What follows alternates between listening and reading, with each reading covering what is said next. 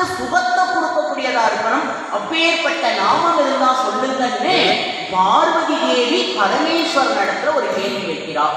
Canoe Laguna Vishnu நாம சகஸ்ரகம் பட்டிதே பண்டிதம் ஸ்ரோதிமிச்சாம்யகம் பிரபு அப்படின்னு ஒரு கேள்வி. கேட்ட கேள்விக்கு பரமேஸ்வரன் பதில் சொல்ல போறார். என்ன சொல்றார் அப்படின்னா, ஈஸ்வர உவாச்ச அப்படின்னே வரும் விஷ்ணு சகஸ்ரநாமத்துல. விஷ்ணு அந்த இடத்துல விஷ்ணு சகஸ்ரநாமத்துல ஈஸ்வர உவாச்ச அப்படின்னு வர இடத்துல பரமேஸ்வரன் என்ன சொல்றார் அப்படின்னா, ஸ்ரீராம ராம ராமேதி ரமே ராமே மனோரமே சகஸ்ரநாம தத்துல்யம் ராமநாமம் வரானே. சகஸ்ரநாமத்துக்கும் தத்துல்யமாக இருக்கக்கூடிய ஏகநாமம் ராமாங்கிற நாமம் அப்படின்னு சொன்னார். ராமாங்கிற நாமத்தை சொன்னா பரமேஸ்வரனுடைய அருளும் கிடைக்கும், விஷ்ணுவுடைய அருளும் கிடைக்கும்னு நான் சொல்லல, தியாகராஜ சுவாமிகள் சொல்றார்.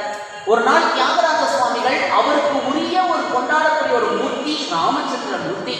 அந்த ராமர் அப்படியே ஊஞ்சலை வச்சு எழுந்தருளை பண்ணிட்டு இந்த ஊஞ்சல் அப்படியே ஆடிட்டே இருக்கும்போது அதுல இருக்கக்கூடிய ராமர் அப்படியே மேல போகும்போது பரமேஸ்வரனா காட்சி தரார் தியாகராஜருக்கு.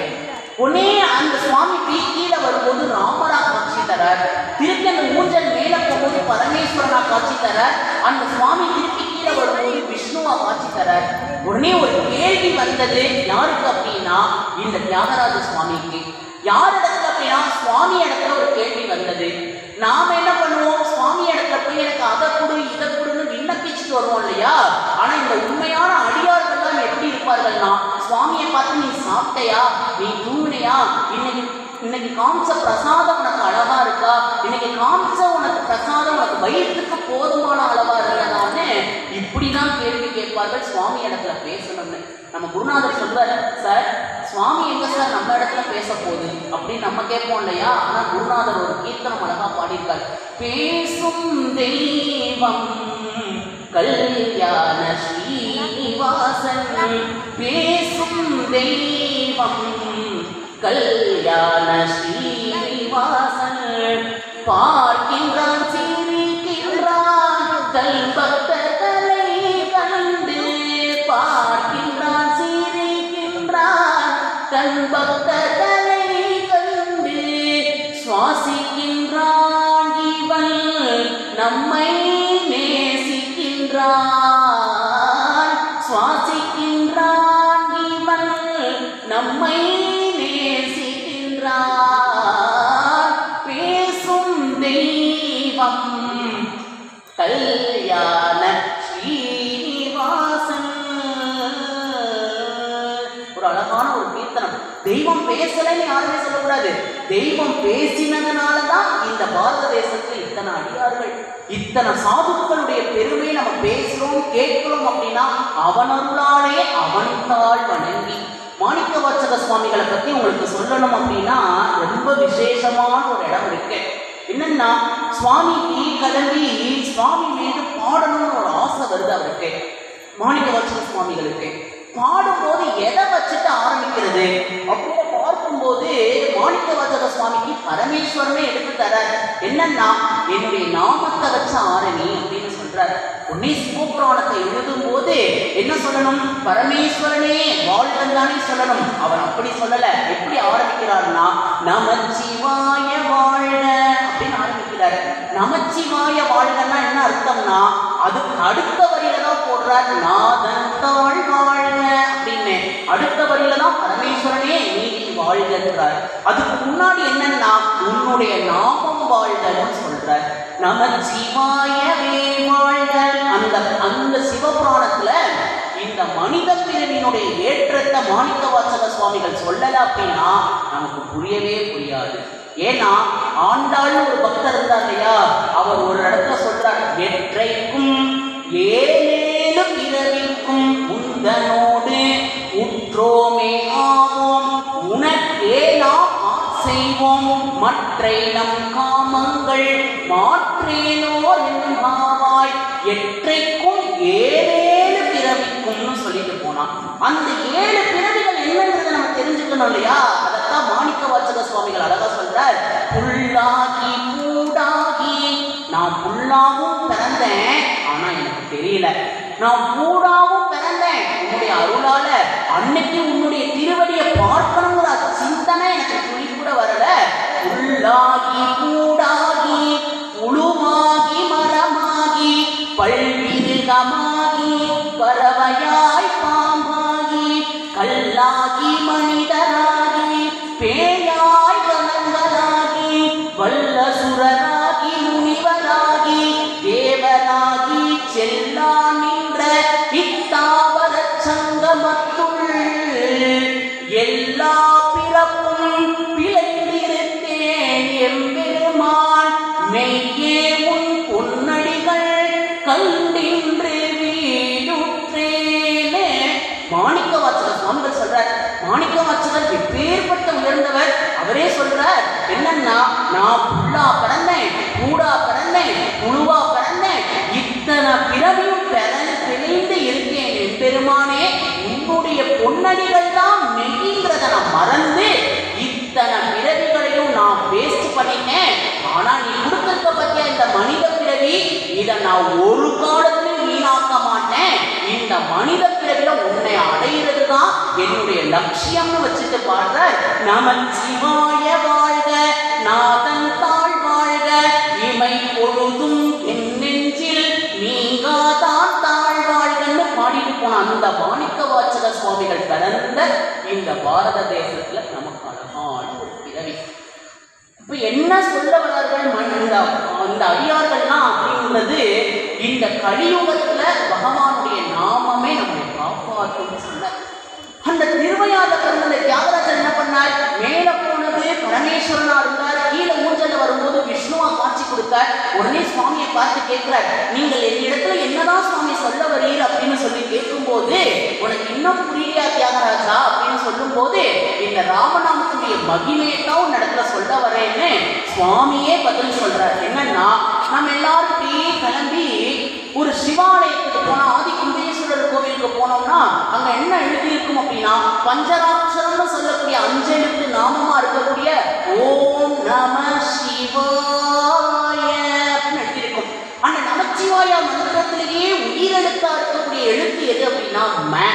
அந்த மாவை நம்ம எடுத்துட்டோம் அப்படின்னா நாசிவாய அப்படின்னு அர்த்தம். நாசிவாயன்னா என்னன்னா கதி இல்லாதது அப்படின்னு அர்த்தம். அந்த வார்த்தைக்கு நாசிவாய அப்படிங்கிறதுக்கு கதி இல்லாததுன்னு அர்த்தம்.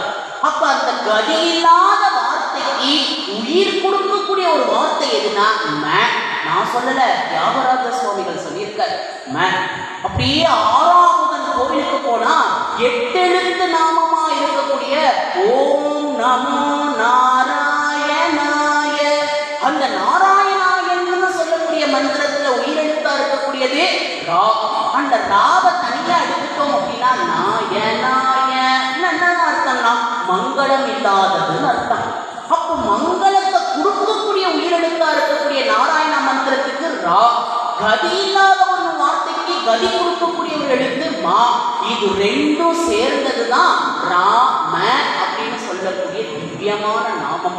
ராம நாமமோ ஜென்ம ரக்ஷக மந்திரம் அப்படின்னு சொன்னோம் இல்லையா தியாகராஜருடைய கீர்த்தனையில. அப்பேற்பட்ட விசேஷமானது இந்த பகவானுடைய நாமம்.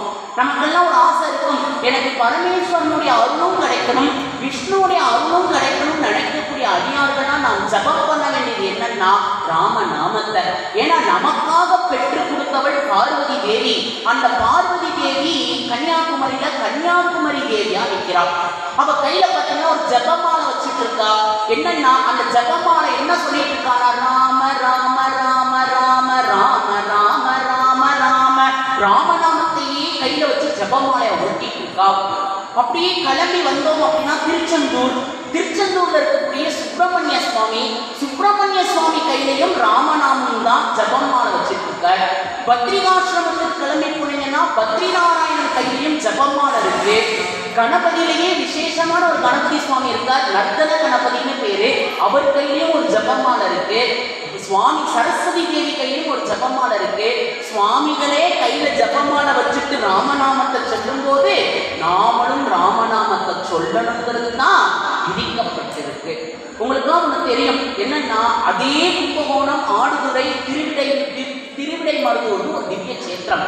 அங்க இருக்கக்கூடிய ஒரு சுவாமி யாருக்கும் தெரியாது இருக்கவே முடியாது. எங்கெங்கிருந்தெல்லாம் வந்து சுந்தர மகாலிங்க சுவாமியை பாடிட்டும் கொண்டாடிட்டும் சென்றார்கள். நாம போகும்போது அந்த சிவபெருமான தரிசனம் பண்ணிட்டு சுந்தர மகாலிங்கா அப்படின்னு சொல்லிட்டு நம்ம என்ன பண்ணுவோம், கண்ணத்துல போட்டுட்டு வந்துடுவோம். அந்த சுவாமிக்குள்ள ஒருத்தர் இருக்கார், அதை நாம பார்க்கணும். யாரு தெரியுமா? அவருடைய பெயர் என்னன்னா ஸ்ரீதர ஐயாவாள் பேரு. அந்த ஸ்ரீதர ஐயாவாள் என்னன்னா வடதேசத்துல இருந்து கிளம்பி வந்தார். வந்து எங்க போகணும் இந்த தென்னகத்தில் இருக்கக்கூடிய எல்லா சிவாலயங்களுமா வந்த அந்த ஸ்ரீதர ஐயாவாள் இந்த திருவிசை நல்லூர்னு ஒரு ஊர் இருக்கு. அந்த திருவிசை நல்லூர்ல வந்தார். வந்து அந்த அழகான அந்த பாகவத கிராமத்துல அமர்ந்தார். அதை விட்டுட்டு எங்கேயும் போகணும்னு அவருக்கு மனசே தோணல. அந்த திருவிசை நல்லூர்ல இருந்து நடந்து இந்த காவேரி கரையை கடந்து வந்து அன்றைக்கு காலத்துல எல்லாம் 8 கால பூஜையும் அந்த பரமேஸ்வரனுடைய சன்னிதியில நடந்தது. அப்படி 8 கால பூஜையும் அனுபவிப்பார் அந்த ஸ்ரீதர ஐயாவாள். அந்த ஸ்ரீதர ஐயாவாள் 8 கால பூஜையும் அனுபவிப்பார். அப்படி ஒரு நாள் அனுபவிக்கும் போது அவருக்கு நடந்த ஒரு அனுபவம் சொல்றோம் கேளுங்க. சுவாமி நேர்ல வருமா சார் அப்படின்னா கண்டிப்பா வரும். சுவாமி இருக்காரா சார் அப்படி கேட்ட கேள்விக்கு தான் இந்த அழகான ஒரு பதில். அந்த ஸ்ரீதர ஐயாவால் என்ன பண்ணுவார் அப்படின்னா டெய்லி திருவிசை நல்லூர்ல இருந்து கிளம்பி அங்க திருவிடைமருதூர்ல இருக்கக்கூடிய சுந்தர மகாலிங்க சுவாமியை போய் தரிசனம் பண்ணிட்டு வருது அவருடைய ரொட்டி லைஃப்ல வச்சுட்டு இருக்கக்கூடிய வழக்கமான ஒரு செயல். 8 கால பூஜை மிஸ் பண்ணவே மாட்டார். அப்படிதான் போய் சுவாமி சேவிச்சுட்டு வந்துட்டு இருந்தார். ஒரு நாள் என்ன ஆச்சு அப்படின்னா, இயற்கை அப்படிங்கிறது மனிதனுக்கு அப்பாற்பட்டு இருக்கிறதுனால அதை யாரையும் ஒதுக்கி வைக்க முடியாது இல்லையா. அந்த இயற்கையானது என்னன்னா, ஒரு தகுந்த மழைக்காலம் வந்தது. அந்த மழைக்காலத்துல என்னன்னா காவேரியில வெள்ளம் பெருக்கெடுத்து ஓட ஆரம்பிச்சது. வெள்ளம் பெருக்கெடுத்து ஓடும் போது இந்த திருவிசை நல்லூரோ எங்கிட்டு இருக்கு, காவேரி ஆற்றங்கரைக்கு இந்த பக்கம் இருக்கு. காவேரி ஆற்றங்கரைக்கு தென்பகுதியில் இருக்கக்கூடிய நம்ம திருவிடைமருதூர் சுந்தர மகாலிங்க சுவாமி. இப்ப என்னன்னா போகலாம்னு வீட்டை விட்டு கிளம்புனா சோறு மழை பெய்து பெருமான சேவிக்க முடியல. இருந்த இடத்துல இருந்து கைகளை கூப்பி பகவான் இடத்துல பிரார்த்தனை பண்ற, சம்போ மகாதேவ தேவா சிவ சம்போ மகாதேவ தேவாதி தேவா சம்போ மகாதேவ தேவானே நாமத்தினால ஆராதனை பண்றார். இந்த திருவிடைமருதூர்ல இருக்கக்கூடிய சுந்தர மகாலிங்க சுவாமியை பார்த்து என்ன ஆச்சு அப்படின்னா, அந்த ராத்திரி மழை சோறு பெஞ்சுட்டே இருக்கு. அவர் வீட்டு கதவை யாரோ வந்து தட்டுற சப்தம் கேட்குது. அந்த கதவை யார் தட்டுறான்னு வந்து திறந்து பார்த்தா அந்த கோவில்ல பூஜை பண்ணக்கூடிய சிவாச்சாரியார், அந்த சுந்தர மகாலிங்க சுவாமிக்கு பூஜை பண்ணக்கூடிய அந்த சிவாச்சாரியார் வந்து கதவை தட்டுறார். கதவை தட்டி கேட்கிறார், ஸ்ரீதர ஐயாவாள் சுவாமி ஏன் இன்னைக்கு சன்னிதானத்துக்கு வரல? ஏன் சன்னிதானத்துக்கு வரல? இல்ல சுவாமி மழை சோறு பேஞ்சிட்டு இருந்தது, காவேரியில வேற வெள்ளம் பெருக்கெடுத்து கரை புரண்டு ஓடினது, என்னால வர முடியல சுவாமி. சரி நீங்க வராட்டினாலும் பரவாயில்ல, பரமேஸ்வரன் உங்களுக்காக வில்வத்தையும் விபூதியையும் குங்குமத்தையும் பிரசாதமா கொடுத்திருக்கார், இந்தாங்க வச்சுக்கோங்க அப்படின்னு சொன்ன உடனே அந்த அடியாருக்கு அந்த பூரிப்பு தாங்கவே முடியல. அந்த அடியார் மெய்மறந்து போனார். பரமேஸ்வரன் எனக்காக உங்க மூலமா இந்த விபூதி பிரசாதத்தை கொடுத்திருக்காரா, உங்க மூலமா இந்த வில்வத்தை கொடுத்திருக்காரா, அந்த வில்வத்தை தலையில வச்சுக்கிறார். அந்த விபூதியை நெத்தியில எடுத்து இட்டுக்கிறார். சுந்தரமாவது மீது துதிக்கப்படுவதும் நீரு அப்படின்ற நீருடைய மகிமையை அறிந்த அடியாரா இருக்கிறதுனால அதை கொண்டாடுறார் நம்முடைய ஸ்ரீதர ஐயாவாள் சுவாமி. அந்த ஸ்ரீதரர் கொண்டாடிட்டதுக்கு அப்புறம் என்ன ஆச்சு அப்படின்னா, இந்த காவேரியில வெள்ளம் வழிய ஆரம்பிச்சது. மறுநாள் காலையில மழையெல்லாம் கொட்டுறது கொஞ்சம் நிற்க ஆரம்பிச்சது. 2 நாளுக்கு அப்புறம் சன்னிதானத்துக்கு போறார். திருவிசை நல்லூர்ல இருந்து அந்த திருவிடைமருதூருக்கு போறார். திருவிடைமருதூருக்கு போகும்போது என்ன ஆகுது அப்படின்னா, அங்க இருக்கக்கூடிய சுவாமி இருக்கார் இல்லையா, அந்த சுவாமியை போய் சேவிக்கிறார். சுந்தர மகாலிங்க சுவாமியை போய் சேவிக்கிறார். சேவிச்சுட்டு அப்படியே வரும்போது பிரகாரத்தை சுத்திட்டு வரும்போது நம்முடைய சிவாச்சாரியார் இருக்காரு. அந்த சிவாச்சாரியார் வில்வத்தை கொண்டு வந்து கொடுத்தாரு, அந்த விபூதியை கொண்டு வந்து கொடுத்தாரு, அந்த குங்குமத்தை கொண்டு வந்து கொடுத்தாரு இல்லையா, அவருக்கு ஒரு நன்றியை தெரிவிச்சிடுவோம்னு அந்த சுவாமிக்கு எதிர்பார்த்து வந்து நிற்கிறார் நம்முடைய ஸ்ரீதர ஐயாவார். நினைத்து நன்றி சொல்ற, சுவாமி நான் ஒரு நாளும் மிஸ் பண்ணதே கிடையாது இந்த சிவ தர்சனத்தை, அப்படியே மிஸ் பண்ணியிருந்தாலும் அந்த பிரசாதத்தை நான் மிஸ் பண்ணினதே கிடையாது. ஆனா கோவிலுக்கு வராதுக்கு காரணம் காவேரியில கரப்புரண்டு தண்ணி ஓடிட்டு இருந்தது, நான் வர முடியலைங்கிறத அறிந்து நீங்க வந்து எனக்கு பிரசாதத்தை கொடுத்தீர்களே, இது எவ்வளோ பெரிய பாக்கியம்னு நினைச்சு உங்களுக்கு நான் நன்றியை தெரிவிக்கிறேன் சுவாமின்னு அந்த நன்றியை சொன்னார். சொன்ன உடனே இந்த சிவாச்சாரியார் சொல்றாரு, சுவாமி நிறுத்துங்க, என்னன்னா நீங்க ஏன் வரல கோவிலுக்கு? காவிரியில கரப்புரண்டு தண்ணி ஓடினது அதான் வரல. காவிரியில கரப்புரண்டு தண்ணி ஓடும்போது நீங்களே வராத போது நான் எப்படி உங்க வீட்டுக்கு வந்துக்க முடியும் அப்படின்னு கேட்டார். கேட்ட உடனே அப்பதான் ஒரு மைண்ட் அந்த அந்த நேரத்தில் ஒரு தீப்பொறி மாட்ட ஒரு நினைவு வந்தது. என்னன்னா, நாம மகாதேவனை பார்க்க போகாட்டினாலும் அந்த மகாதேவன் சிவாச்சாரியர் ரூபத்தில் நம்ம வீட்டுக்கு வந்து பிரசாதத்தை கொடுத்திருக்காரே, ஆனால் அந்த சுவாமி மீது நம்ம வைத்திருக்கக்கூடிய அந்த நம்பிக்கை, அந்த சுவாமி நம்ம மீது காட்டக்கூடிய கருணை எப்பேற்பட்டதுங்கிறத உணர்ந்து கொண்டார் அந்த ஸ்ரீதர ஐயாவாள் சுவாமி. ஒரு நாள் அந்த ஸ்ரீதர ஐயாவாள் சுவாமியும் நம்முடைய பக்கத்தில் இருக்கக்கூடிய பகவன் நாம போதேந்திர சரஸ்வதி சுவாமிகளும் மருதாநல்லூர்ல இருக்கக்கூடிய சத்குரு சுவாமிகளும் சமகாலத்துல வாழ்ந்த மகாத்மாக்கள். அதுல இந்த ஸ்ரீதர ஐயாவாள் சுவாமியும் பகவன் நாம போதேந்திர சரஸ்வதி சுவாமியும் ஒருத்தர் நேருக்கு நேரம் சந்திச்சு கொண்டார்கள். சந்திக்கும் போது பகவன் நாம போதேந்திர சரஸ்வதி சுவாமிகள் ராமநாமத்தை பிரச்சாரம் பண்ணிட்டு இருக்கார். நம்முடைய ஸ்ரீதர ஐயாவாள் சுவாமிகள் சிவநாமத்தை பிரச்சாரம் பண்ணிட்டு இருக்காரு. இவர் சிவநாமத்தை எப்படி சொல்லுவார் அப்படின்னா, ஒரு டம்ளர் வேணும்னு கேட்டா கூட அவர்களுடைய அடியார்களாம் இன்னைக்கும் இருக்கார்கள். அவங்களுடைய சரித்திரத்தை கேட்கும்போது நமக்கே புரியும் நாமத்தினுடைய மகிமையை. எப்படி சொல்லுவாரா, சிவா அந்த சிவாங்கிற டம்ளரை எடு, சிவா அந்த சிவாங்கிற தண்ணியை கொஞ்சம் கொண்டு வா, சிவா நான் சிவாங்கிற ஸ்நானத்துக்கு போகணும், அந்த சிவாவை ஏற்பாடு பண்ண சொல்லு அப்படின்னு தான் மூச்சு. எப்படின்னா, இதயம் எப்படி சதா துடித்துக் கொண்டிருக்கிறதோ அதுபோல் நம்முடைய நாவும் சதா பகவானுடைய நாமத்தை சொல்ல வேண்டும்னு ஸ்ரீதர ஐயாவாள் சுவாமிகள் சொல்லியிருக்கார். அப்படி சொன்னவருக்கு என்ன சார் கிடைச்சார் அப்படின்னா, சுவாமியே கிடைச்சார். சுவாமியே கிடைச்சார். அவன் அம்மா அப்பாவுக்கு சிரார்த்த காலம் வந்தது. ஸ்ரீதர ஐயாவாளுடைய அம்மா அப்பாவுக்கு சிரார்த்தம் பண்றதுக்காக வீட்டில் பல சாதுக்களை கூப்பிட்டு வேத சப்தங்கள் முழங்க சிரார்த்தத்துக்கான வேலை நடந்தது. அப்பா அம்மாவுக்கு பிடிச்ச பலகாரங்கள் எல்லாத்தையும் உணவு வகைகள்லாம் படைக்கு ஏற்பாடு பண்ணியிருந்தார்கள். அப்போ அவள் வீட்டு வாசல்ல ஒட்டி வர நிறமாச கர்ப்பிணி. அவன் என்னன்னா, கையில ஒரு குழந்தை இருக்கு, வயிற்றுல ஒரு குழந்தை இருக்கு. அவ கூப்பிடுறா, ஐயா அம்மா சாமி சாப்பிட்டு 3 நாள் ஆகுது, ஏதாவது சாதம் இருந்தா போடுங்களே அப்படின்னு. உடனே இப்ப ஸ்ரீதர ஐயாவாள் சுவாமிக்கு ஒரு அடியாரா இருந்ததுனால அவருக்கு மனம் நெகிழ்ந்து போனார். என்னன்னா, தான் வீட்டுல அந்த ஏற்பாடு பண்றவங்க பிரசாதம் அதெல்லாம் அம்மா அப்பாவுக்கு தானே முதல் சிரார்த்தத்துக்கு சமர்ப்பிக்கணும் இல்லையா? இப்ப பசின்னு ஒருத்தி வந்து கேட்கிறா, இவளுக்கு போடுறதா அம்மா அப்பாவுக்கு போடணும்னு தெரியல. உள்ள வேதம் படித்த பண்டிதர்கள்லாம் வேத சப்தங்கள் நிகழ்ந்துட்டு இருக்கு. இப்ப என்னன்னா, பசின்னு வந்த உடனே இந்த மகேசன் எதற்கு ஆசைப்படுவார் அப்படின்னா, ஜீவ சேவையே சிவசேவைன்னு நம்முடைய விவேகானந்தர் சொல்லியிருக்காரு. அப்பேற்பட்ட ஜீவனுக்கு செய்யக்கூடிய சேவை தான் உயர்ந்தது, மகேஸ்வரம் அதுதான் விரும்புவார் அப்படின்ட்டு வீட்டில் பண்ண சாதத்தை கொண்டு வந்து அவருக்கு போட்டுட்டார் ஸ்ரீதர ஐயாவாள். வயசான காலம் போட்ட உடனே என்ன ஆச்சு அப்படின்னா, இந்த வேத சப்தங்கள் நின்று போனது. எல்லாரும் எந்திரித்தார்கள். நாங்கள் இனிமேல் உங்கள் வீட்டில் வேதம் சொல்லலை, சிராத்தத்தை நாங்கள் பண்ணி வைக்கல, யாரையாவது வச்சு பண்ணியிருக்கோம். ஏன் சுவாமி, ஏன் என்ன ஆச்சு? சிராதத்துக்கு வேணுங்கிற இந்த சாதம்லாம் அப்பா அப்பாவுக்கு நிவேதனம் பண்ணுறதுனால நீ யாருக்கோ போட்டுட்டே, இது எப்படி உன் அப்பா அப்பா போய் சேரும் அப்படின்னு சொல்லி அந்த சிராதமே நின்று போச்சு.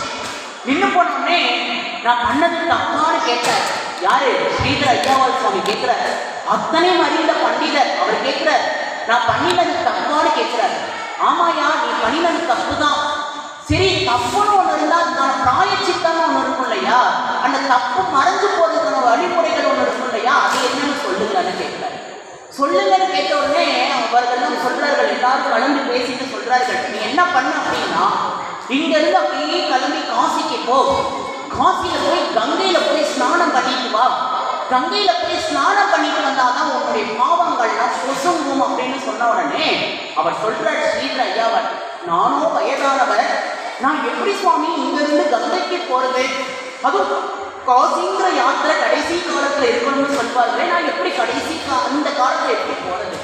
அதுவும் பஸ் இல்லை, ட்ரெயின் வசதி இல்லாத இந்த காலத்துல நான் எப்படி போறது அப்படின்னு கேட்கும்போது, நடந்தே போ, உன்னுடைய பாவத்துக்கு அதுதான் பிராயச்சித்தம்னு சொன்ன உடனே இந்த பரமேஸ்வரன் மேல ஒரு நம்பிக்கை வைக்கிறார். அவருக்கு ஒரு பேர் இருக்கே, கங்காதர கங்காதர கங்காதர கங்காதர தன்னுடைய கங்கை என்ன பண்றார், சிரஸ்ல இருந்து வாங்கி விடுறார் இல்லையா?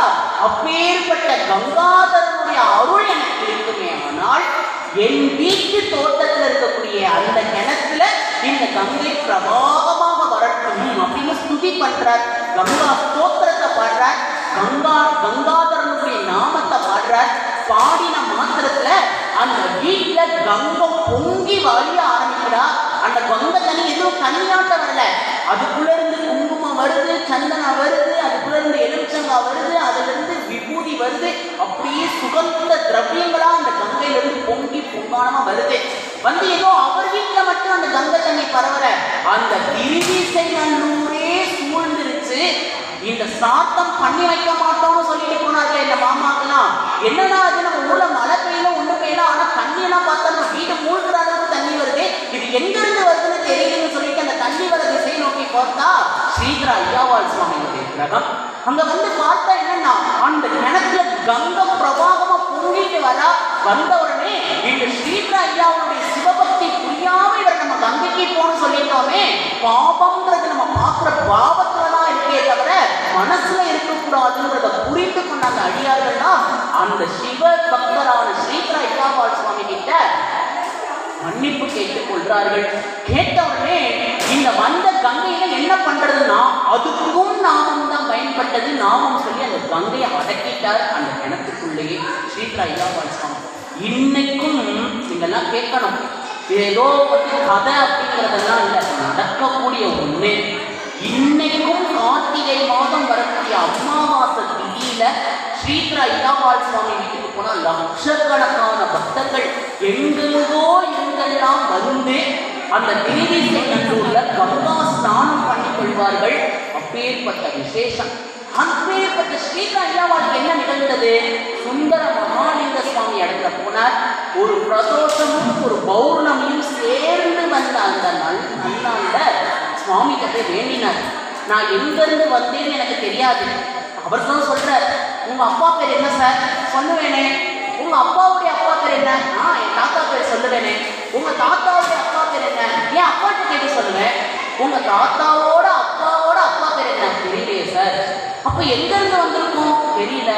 சரி, இன்னைக்கு நான் இந்த இடத்துல இருக்கேன், நாளைக்கு இதே இடத்துல மைக்கு முன்னாடி வந்து உட்காந்து பேசுவேன், ஏதாவது உத்தரவாதம் கொடுக்க முடியுமோ? சொல்லவே முடியாது.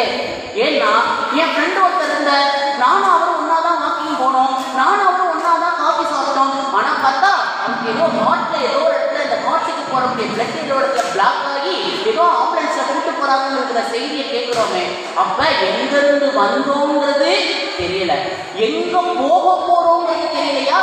ஆனா மகான்களும் தெய்வமும் கொடுத்த இந்த அழகான ஒரு மனித பிறவியில ஆழ்வார்கள்லாம் சொல்றார்கள், அப்போதைக்கு இப்போதே 60 வயசுன்னு ஒண்ணு வரும், எனக்கு என் பார்வை சரியா பார்க்க முடியாம போகும், பல்லெல்லாம் குட்டி போகும், தோலெல்லாம் சுருங்கி போகும், இப்பயே 1 கிலோ பேக் தூக்கிட்டு நடக்க முடியல என்னால. 60 வயசு 70 வயசு 80 வயசுல 6ஆவதா உன்னுடைய கோவில வந்து சுவாமியை நான் சேவிக்க முடியாது. ஆனா ஒண்ணு இருக்கு, சித்திரகுப்தன் ஒருத்தன் இருக்கான் இல்லையா, நான் பண்ற நல்லதையும் எழுதி வைப்பான், நான் பண்ற கெட்டதையும் எழுதி வைப்பான் இல்லையா, அவனிடத்துல சொல்லு, அப்போதைக்கு இப்போதே நான் இந்த டேட்ல 26/9/2025 வெள்ளிக்கிழமை புரட்டாசி மாசம் நவராத்திரி இந்த 9 நாட்கள் கொண்டாடக்கூடிய தினத்துல இந்த வீரசைவ மடத்துல நடந்த ஒரு உற்சவத்துல நான் வாய் திறந்து பகவன் நாமா சொன்ன கணக்க சித்திரகுப்தா எழுதி வச்சுப்போ. ஒரு நாள் நான் மேல வரும்போது என்னுடைய கணக்கை திருப்பி பார்க்கும் போது இவன் நாமம் சொன்னவன், இவன் என்னை சேர்ந்தவன் தெய்வம் என்னை கூப்பிட்டுக்கிற அளவுக்கு என்னுடைய நாட்டுல நாமத்தை கொடுன்னு இந்த ஆழ்வார்கள்லாம் பாடுறார்கள். என்னன்னா 3 வகைதான் பக்தர்கள். நான் சொல்லல, ஆழ்வார் சொல்றாரு, துஞ்சும் போதும் மலை நீர். சார் எனக்கு கஷ்டமா இருக்கு, என்ன பண்ணணும் தெரியல, யார்கிட்ட போகணும் தெரியல. என்னன்னா ஆழ்வார் அவர் கூப்பிடுறாரு, கூப்பிட்டு உனக்கு கஷ்டமா இருக்கா கவலைப்படாத, என்னன்னா உனக்கு நாராயணனுடைய நாமம் இருக்கு சொல்லு அப்படின்னு சொல்றாரு. கஷ்டமா இருக்கே நாமம் சொல்லு சொன்னாரா. 2வது வகை பக்தர், துஞ்சும் போதும் மலை நீர் துயர்வரீர் நிலை நீர். எனக்கு துயர் இன்னைக்கு இல்லை, ஆனா வர மாதிரி தெரியுது. எனக்கு கஷ்ட காலம் இல்லை, ஆனா ஒரு காலத்துக்கு அப்புறம் எனக்கு கஷ்டம் வர மாதிரி இருக்கு சார், நான் என்ன பண்ணணும் அப்படின்னு கேட்கிறார் ஆழ்வார். நமக்கு அப்பேற்பட்ட டைப்பான பக்தர்களுக்கும் சொல்றார், நமக்கும் நாமாதான் கதின்னு சொல்றார். முதல்ல என்ன சொல்றார், எனக்கு கஷ்டமா இருக்கு, நான் என்ன சார் பண்ணணும், நாமம் சொல்லுன்னு சொன்னார். எனக்கு கஷ்டம் இல்லை, கஷ்டம் வர மாதிரி இருக்கு, நான் என்ன பண்ணணும்னு கேட்கிறார். நீயும் நாமாதான் சொல்லணும்னு சொன்னார். மூணாவது ஒரு பக்தர் கிளம்பி வரார். துஞ்சும் போதும் மலை மீன் துயர்வரீர் நினை மீன் துயரிலும் சொல்லிலும் நன்றாம். எனக்கு கஷ்டமும் கிடையாது, கஷ்டம் வர மாதிரி கிடையாது, நான் வெல் செட்டில்டு ஒரு ஃபேமிலியில பிறந்தவன், வீடு இருக்கு, வாசல் இருக்கு, பங்களா இருக்கு, எல்லாம் இருக்கு, செல்வங்கள்லாம் நிறைஞ்சிருக்கு, 8 ஜென்மாவுக்கு உட்காந்து சாப்பிட்ற அளவுக்கு எல்லாம் இருக்கு, நான் என்ன ஆழ்வாரை பண்ணணும்னு கேட்கிறார். சொல்ற, இன்னமும் நல்லா இருக்கிறதுக்காக நீயும் நாமாதான்ப்பா சொல்லணும். பண்டிதன் முதல் கொண்டு பாமரன் வரையினோ அண்டி பிழைத்தினோ கீர்த்தனம் பாடிரே ஹரே ராம ஹரே ராமா ராம ராம ஹரே ஹரே ஹரே கிருஷ்ண ஹரே கிருஷ்ணா கிருஷ்ண கிருஷ்ண ஹரே ஹரே. கஷ்டமா இருக்கிற எனக்கும் ஹரே ராமா தான் கதி, கஷ்டம் வர மாதிரி இருக்கிற எனக்கும் ஹரே ராமா தான் கதி, கஷ்டமே இல்லை சொல்லி நன்றாம்னு இருக்கக்கூடிய எனக்கும் ஹரே ராமா தான் கதிங்கிறத ஆழ்வார் தெல்ல தெளிவா சொல்றார்.